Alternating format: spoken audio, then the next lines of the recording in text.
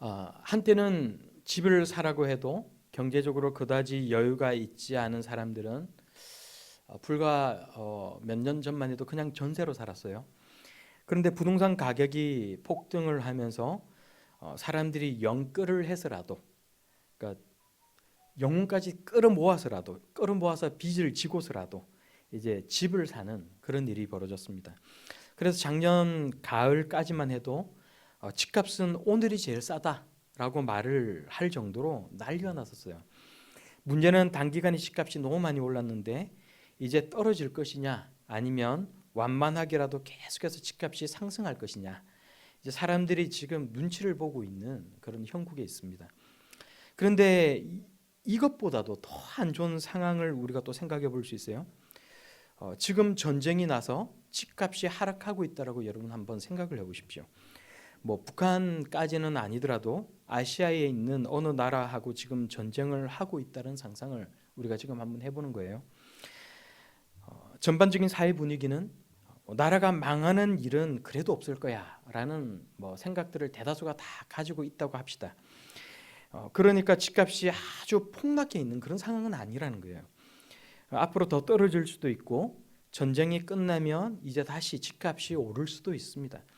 이런 경우에 여러분에게 지금 집을 살 수 있는 재정적인 여유가 만약에 있다라고 한다면 여러분은 어떻게 하시겠습니까? 보통의 사람은 전쟁통에 집을 사는 일은 하지 않겠지만 또 사람의 상황이나 개인이 처해 있는 그런 여건에 따라서 다를 수가 있다는 거예요.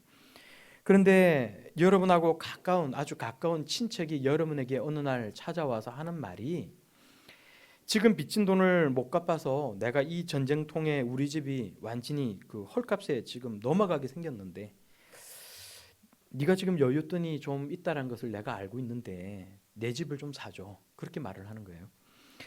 네가 샀다가 이 다음에 다시 나한테 팔아도 좋고, 아니면 그냥 네가 완전히 가져도 돼. 내가 이게 지금 헐값에 넘어가는 것만 좀 제발 좀 막아줘. 여러분에게 누가 이렇게 부탁을 한단 말이에요. 여러분이라면 어떻게 하시겠습니까?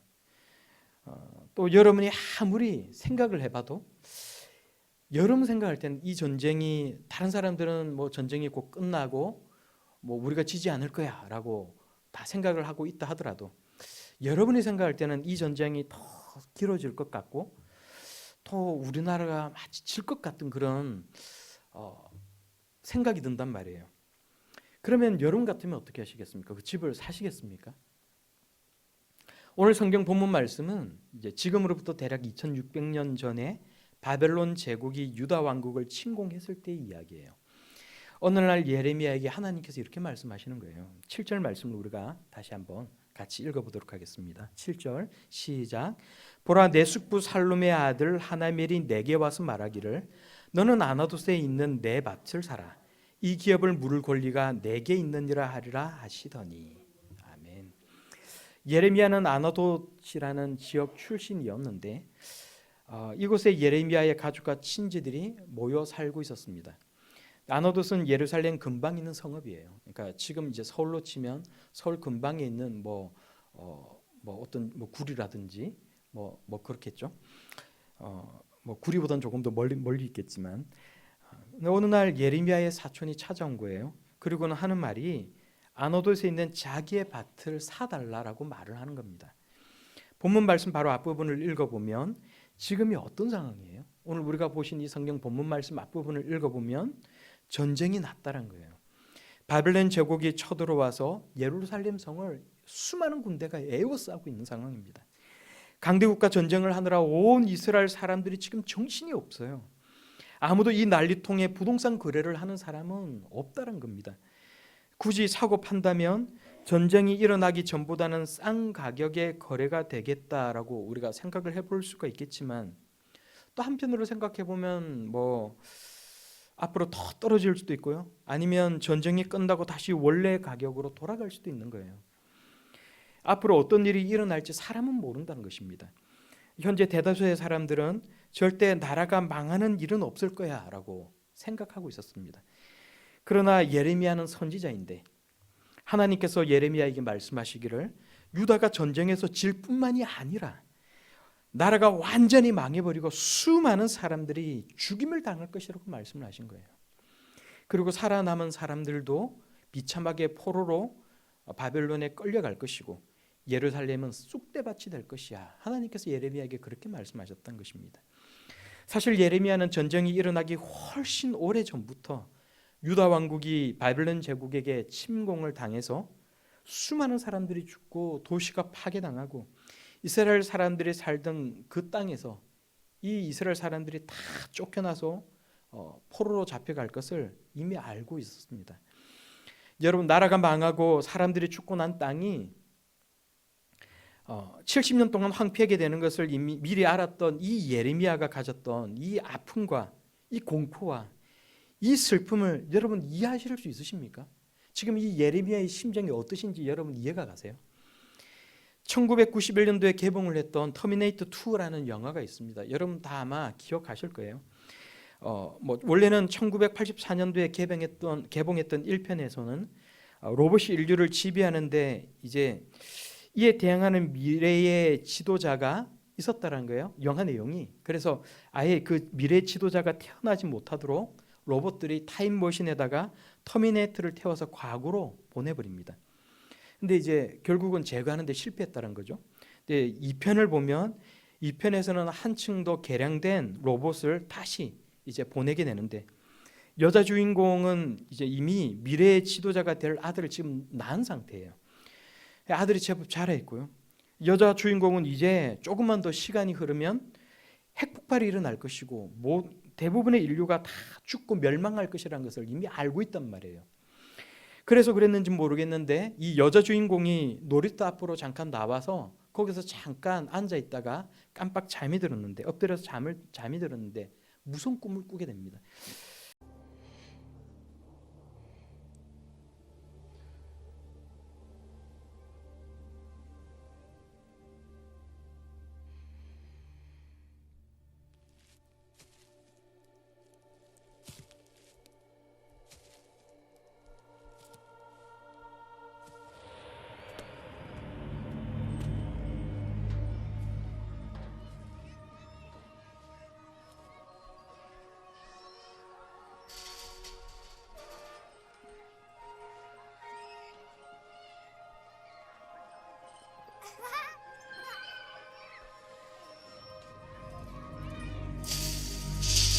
Hey, let's try this one.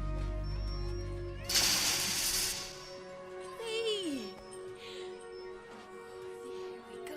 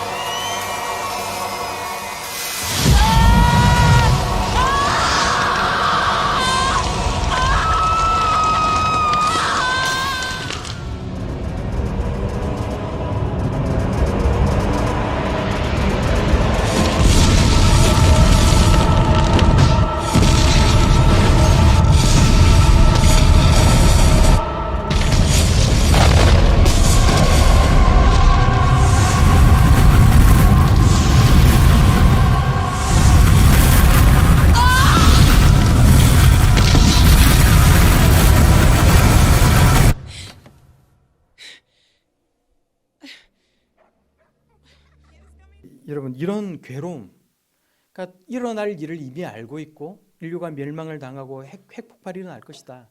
이것을 미리 알고 있는 이 영화 속에 이 여자 주인공이 가졌던 그 공포, 이런 게 이 영화 속 주인공만의 그 고통은 아니었다는 거예요. 오늘 우리가 성경 본문 말씀을 보니까 선지자 예레미야도 별반 다를 것 없는 이런 큰 괴로움과 공포, 고통을 가지고 있었다는 것입니다. 전쟁은 현존하는 공포라는 거예요.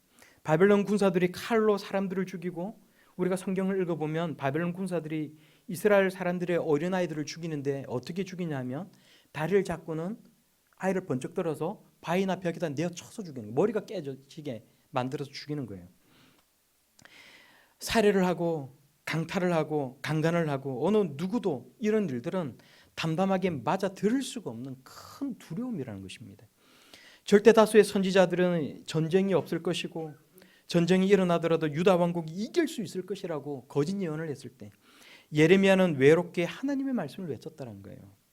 사람들이 미워하고 무시하고 이 예레미야에게서 등을 돌릴 때 예레미야는 눈물을 흘리면서 우리가 지금이라도 회개하고 하나님께로 돌아가면 우리는 살 수 있다고, 그런 두려움 미래는 일어나지 아니할 것이라고 사람들을 향해 눈물로 예언을 호소를 했다는 것입니다. 아나돗의 고향 사람들조차도 예레미야를 향해 독설을 퍼부었고 사람들은 예레미야를 심지어 죽이려고 하기까지 했어요. 하나님의 자녀들은 무조건 다 복을 받노라고 이야기하는 것은 잘못되었습니다. 그렇지만 하나님의 자녀들이 다 핍박받고 가난하게 산다라는 것도 잘못되었어요. 그 사람이, 하나님의 자녀인 그 사람이 맡은 사명과 시대에 따라 다르게 살아간다는 거예요. 다른 모습으로. 이제 바벨론 제국의 그 제국이 침공하는 것은 현실이 되어 있습니다. 예레미야는 지금 이 전쟁에서 유다가 바벨론 제국에 질 것이라는 말을 했다는 이유로 감옥 속에 갇혀 있는 것입니다. 예레미야가 보았던 환상과 하나님께서 들려주셨던 이 말씀이 이제 실현되려고 하고 있다는 거예요. 그게 오늘 우리가 보고 있는 이 성경 말씀의 본문 속에 나오는 이 상황이라는 거예요. 배경이라는 거예요. 그런데 평생을 외롭고 힘겹게 살았던 이 예레미야에게 사촌이 자기 밭을 사달라고 찾아왔다는 것입니다. 예레미야한테 좋은 땅을 주려고 어떤 선한 의도에서 하고 있는 게 아니에요. 자신의 궁박한 상황 때문에 예레미야를 찾아왔다는 것입니다. 다른 친척들에게 먼저 제안을 했지만 이 사촌은 다 거절당했어요. 그래서 이제 감옥에 있는 가난한 예레미야에게까지 찾아온 것입니다. 우리 8절 말씀을 다시 한번 우리 같이 읽어보도록 하겠습니다. 8절입니다. 시작. 여호와의 말씀과 같이 나의 숙부의 아들 하나멜이 시대 뜰 안에 있는 나에게 와서 이르되 청하건대 너는 베냐민 땅 아나돗에 있는 나의 밭을 사라. 기업의 상속권이 내게 있고 물을 권리가 내게 있으니 너를 위하여 사라 하는지라. 내가 이것이 여호와의 말씀인 줄 알았으므로. 아멘. 하나님께서 먼저 말씀하셨던 것처럼 실제로 사촌 하나멜이 찾아와서 예레미야에게 말을 하는 겁니다. 너는 아나돗에 있는 나의 밭을 사라. 너한테 우리 지파의 땅을 소유할 수 있는 권리가 있으니까 그 권리를 써라. 이렇게 말을 하는 거예요. 이스라엘은 12지파가 가나안 땅을 골고루 나눠 가졌는데 각 지파의 땅은 그 지파 안에서만 소유할 수가 있었고 또 다른 사람이 그 땅을 사게 되면 50년을 주기로 도는 희년이라는 게 있어요. 그래서 그 희년 때에 그 땅을 돌려주어야만 합니다. 희년이 되면 또 노예로 팔렸던 사람들도 다 자유의 몸이 되는 거예요. 이 전쟁통에 더구나 희년이 되면 돌려줘야 되는 그 땅을 사려는 사람들이 아무도 없었다는 것이고 또 같은 지파, 같은 친척들 중에서도 아무도 사려고 하지 않았다는 겁니다. 돌고 돌아서 감옥에 있는 예레미야에게까지 찾아왔어요. 사촌 하나멜이 예루살렘에서 장사를 하다가 빚을 너무나도 많이 져서 그랬는지 왜 그랬는지는 우리가 성경이 자세하게 우리에게 들려주고 있지는 않지만 예레미야에게 기업의 상속권이 있으니까 네가 너를 위해서 살아 이렇게 말을 하는 거예요. 예레미야가 감옥에 갇힌 채로 부동산 업체에 마치 전화 한 통을 받고는 그 땅이 어디에 붙어 있는지 어떤 땅인지 알지도 못하는 사람이 계약을 하듯이 그 땅을 사기로 합니다. 우리가 성경을 보니까 이제 구입 대금을 어떻게 조달했는지 뭐 이것도 성경이 우리에게 자세히 말하지는 않고 있지만 거의 아마도 유일하다시피 예레미야와 함께했던 좋은 가문 출신의 바룩이 아마 여러모로 도움을 많이 줬던 것 같아요. 우리가 12절에서 13절까지를 다시 한번 읽어보도록 하겠습니다. 12절 13절 시작. 나의 숙부의 아들 하나멜과 매매 증서에 인친 정인압과 시대 뜰에 앉아 있는 유다 모든 사람 앞에서 그 매매 증서를 마세야의 손자 네레야 아들 바룩에게 붙이며 그들의 앞에서 바룩에게 명령하여 이르되. 요즘 청년들 사이에 오르내리는 신조 가운데에 우프다라는 말이 있습니다. 그러니까 웃기면서도 슬프다라는 뜻을 가지고 있어요. 여러분 오늘 이 성경 말씀을 우리가 생각을 해보면 참 괴이한 모습 아닙니까? 전쟁이 나서 유다 왕국이 망한다고 했던 그 예레미야가 땅을 사고 있어요. 그것도 감옥에 gat혀서 어렸을 때 어쩌면 봤을 수도 있긴 하지만 근래에서는 선지자 활동을 하면서는 거기 가보지도 않았던 그 아나도 땅에 밭을 사겠다고 계약을 하고 있다는 거예요.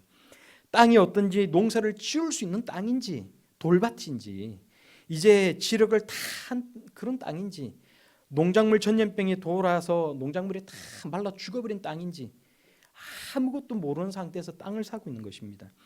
그 당시에 부동산 매매 증인들이나 이 모습을 보고 있는 이 사람들 중에 이 선지자의 진실함을 알고 또 이 선지자에게 동정심을 가지고 있고 그의 고달픈 삶을 눈여겨본 사람이 있다라면 참 우픈 마음을 가지고 이것을 바라보았겠다라는 생각을 저는 해요. 그런데 더 짠한 마음이 드는 일이 생깁니다. 우리가 이 본문 말씀 밑에 부분을 보면 37장이 있어요. 37장을 보면 이집트 군대가 유다 왕국을 도와주기 위해서 온다라는 소식을 듣고는 예루살렘 성을 에워싸고 있던 수많은 이 바벨론 군대가 잠시 예루살렘에서 잠시 떠나는 일이 생겨요. 우리가 예레미야 37장 11절 12절을 함께 읽어보도록 하겠습니다. 시작. 갈대아인의 군대가 바로의 군대를 두려워하여 예루살렘에서 떠나매 예레미야가 베냐민 땅에서 백성 가운데 분기실을 얻으려고 예루살렘을 떠나 그리로 가려 하여. 아멘. 이 37장의 내용이 사실은 뭐 32장보다 시간적으로 뒤에 일어난 일이다라고 꼭 그렇게 말을 할 수는 없어요. 뭐 성경학자마다 이렇게 다 다르게 이야기를 하긴 합니다. 예레미야서가 시간 순으로 이렇게 기록이 되어 있지 않기 때문에 또 딱히 뭐가 정확하다라고 말을 할 수는 없어요. 뭐 이게 사실 또 중요한 것도 아니에요. 뭐 이게 중요하다라면 어느 것이 시간적으로 우선하느냐, 뭐 이게 중요하다면 아마 이게 이제 예레미야서에 정확하게 기록이 되어 있었겠죠. 몇 년 전에 소천을 하신 월터 카이저라는 유명한 구약학자가 있어요. 이분이 쓰신 Preaching and Teaching the Last Things라는 그 책이 있어요. 구약 성경에 나오는 종말에 관한 말씀들을 모아서 이걸 뭐 이렇게 설명을 해주는 그런 책입니다. 이제 책에 보면 오늘 우리가 함께 나누는 말씀에 관한 이야기가 나오고 있어요. 그 포위 공격이 잠시 이렇게 쓰고 있어요. 그 포위 공격 제가 번역을 한 거긴 합니다. 뭐 조금 어색할 수는 있어요. 그 포위 공격이 잠시 멈춘 동안에 예레미야는 아나도스로 가서 자신이 구입한 것에 대해 알아보기로 했다. 그러나 예레미야는 이것이 적에게로 도망가기 위해 이 밭을 사용하고 있다는 날조된 혐의로 감옥에 갇혔다. 긴장한 유다 정부는 예레미야를 매질했고 조롱했고 감옥에 가두었다. 그러니까 무슨 내용이냐면 이제 예레미야가 자기가 산 땅을 보기 위해서 아나도스에 있는 자기가 그 친척에게 산 땅을 보기 위해서 아나도스로 갔는데 이게 마치 이제 첩자지를 하기 위해서거나 아니면은 예루살렘에서 도망가기 위해서 바벨론으로 도망가기 위해서 늘 바벨론이 전쟁에서 이긴다라고 말해왔던 그 예레미야니까 바벨론으로 도망가기 위해서 그 땅을 샀다가 핑계를 대고 사람들 눈치를 보다가 도망을 가기 위해서 이렇게 한 것이 아니냐 오해를 했다는 거예요 사람들이. 그래서 예레미야를 다시 잡아 가두고는 매질을 하고 조롱을 하고 그렇게 했다는 거예요. 제가 이 부분을 그 예전에 석사 논문을 쓰기 위해서 이 부분을 쭉 읽다가 제가 진짜 너무 마음이 아픈 거예요. 특히나 선지자였기 때문에 힘든 삶을 살았던 예레미야가 사촌에게서 밭을 사요.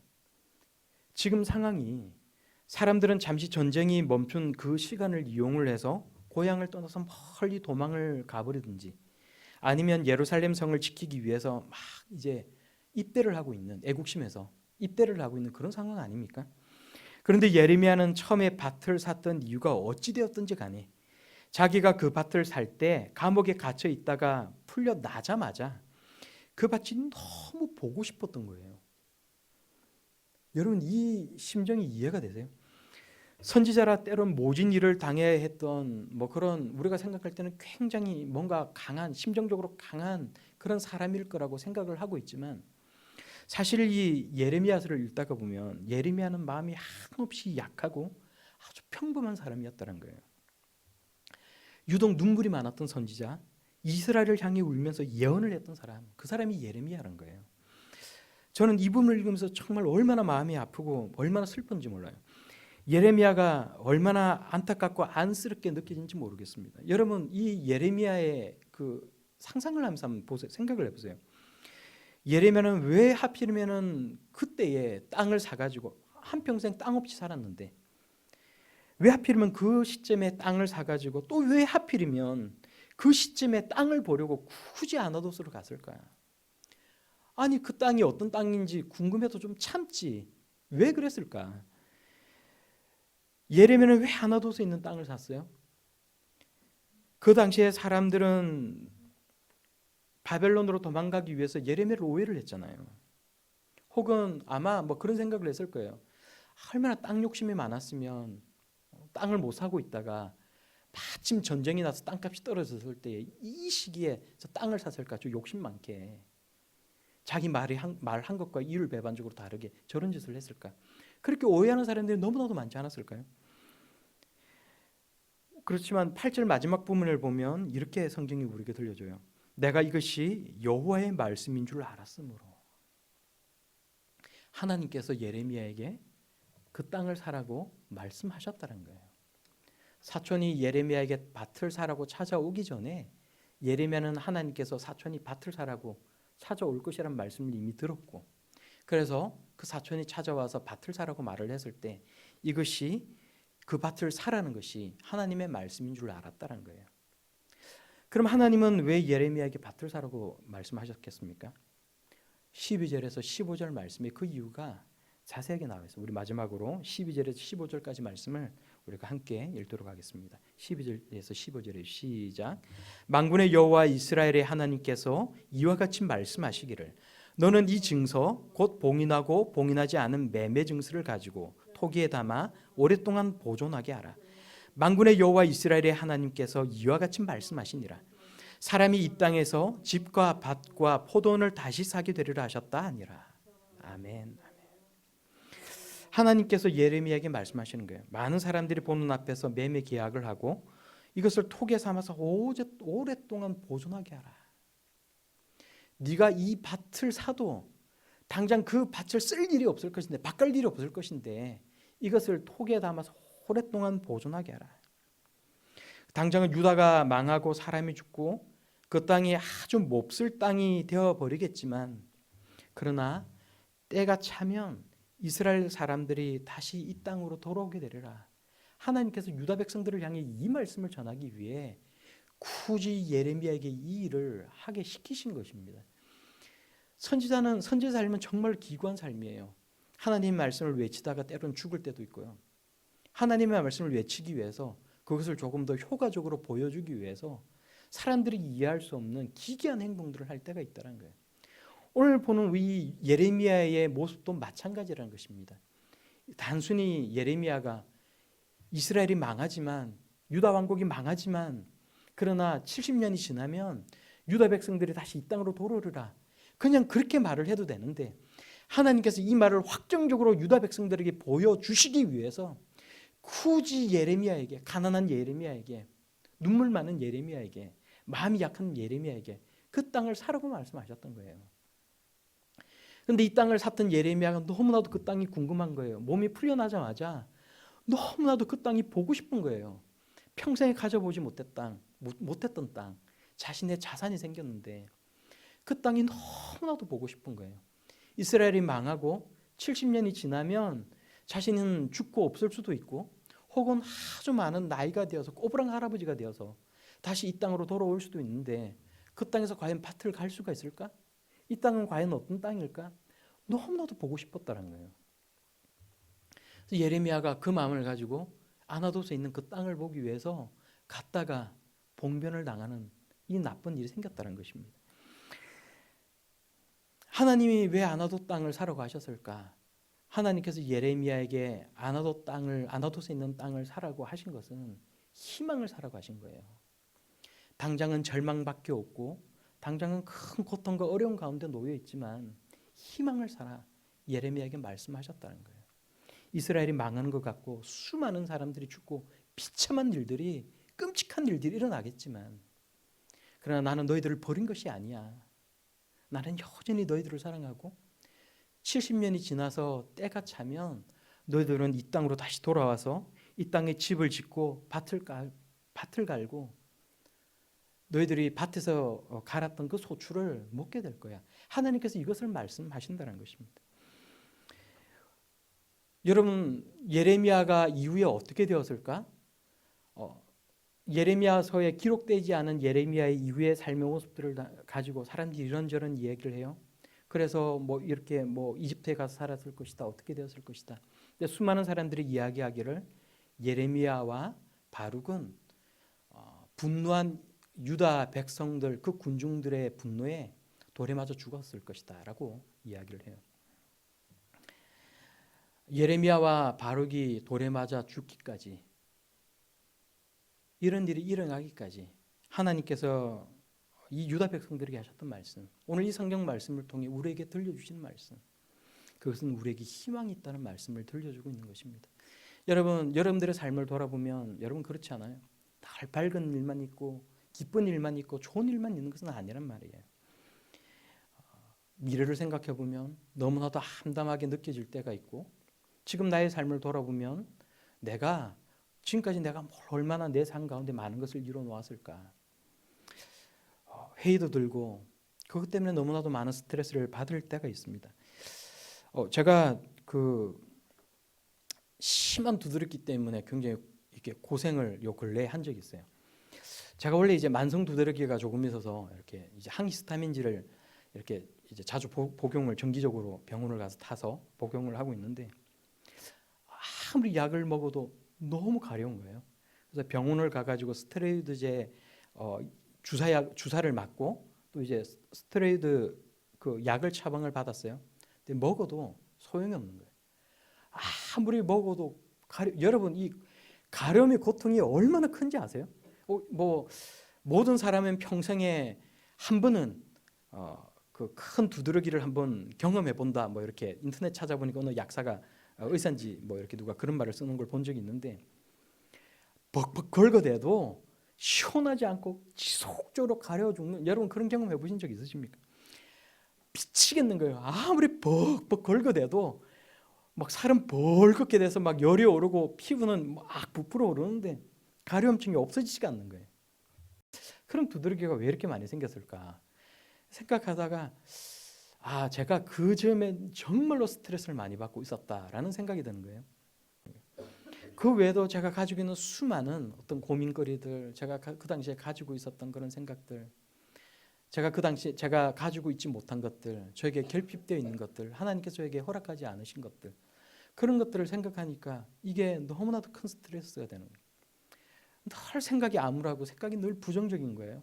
그래서 제가 퍼뜩 심하게 두드러기를 앓다가 정신이 드는 거예요. 그래서 내가 지금 너무나 스트레스를 많이 받고 있고 너무나도 세상을 부정적으로 생각하고 있고, 그래서 혹시나 이런 두드러기가 가뜩이나 살이 많이 쪄서 두드러기가 생길 수도 있고, 그 원인이 어쨌든 지금 이렇게 심한 것이 아닌가라는 생각이 드는 거예요.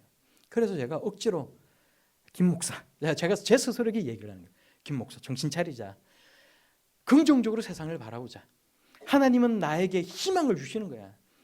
내가 자꾸 이렇게 부정적인 생각을 가지고 있고 암울한 생각을 가지고 있고 스트레스를 가지고 있으니까 하나님께서 나한테 정신 차리라고 지금 이렇게 두드러기를 주신 거야 라고 생각을 하고, 제가 끊임없이 제가 이 생각을 되뇌면서 제가 아니야 생각을 고치자. 생각을 고친다라는 것은, 사람 생각이라는 건 여러분 그렇잖아요. 생각을 하면 생각은 늘 부정적으로 흐르고, 부정적으로 흐른 생각은 내가 아무리 그 생각을 끊으려고 해도 계속해서 생각에 꼬리를 이어서 계속해서 떠오르는 거예요. 아무리 생각을 안 하려고 해도 부정적인 생각은 계속해서 떠오르는 거예요. 근데 내가 이 생각을 끊어보기로 작정을 하자. 내가 오늘 이 시간부로는 부정적인 생각을 하지 않겠고 하나님을 바라보면서 내가 긍정적인 생각으로 살아가겠노라. 제가 스스로 외친 거예요. 근데 여러분 그거 아세요? 놀랍게도 뭐 두드러기가 아주 없어졌다는 건 아니지만 두드러기가 싹 사라졌어요. 퍽퍽 살을 긁어대고 아무리 약을 먹어도 낫지 않던 두드러기가 그 이후로 완전히 완전히 사라진 것은 아니지만 정말로 많이 좋아진 거예요. 그래서 그러면 제가 생각을 한 거예요. 스트레스라는 게 정말로 몸에 만병을 일으키는 거지. 그 얘기가 어르신들이 하는 말이 정말로 맞는 얘기구나. TV를 볼 때 의사들이 나와가지고 스트레스가 만병의 근원입니다 하는 그 얘기가 정말로 맞는 생각이, 그 맞는 이야기구나. 제가 그 생각을 한 거예요.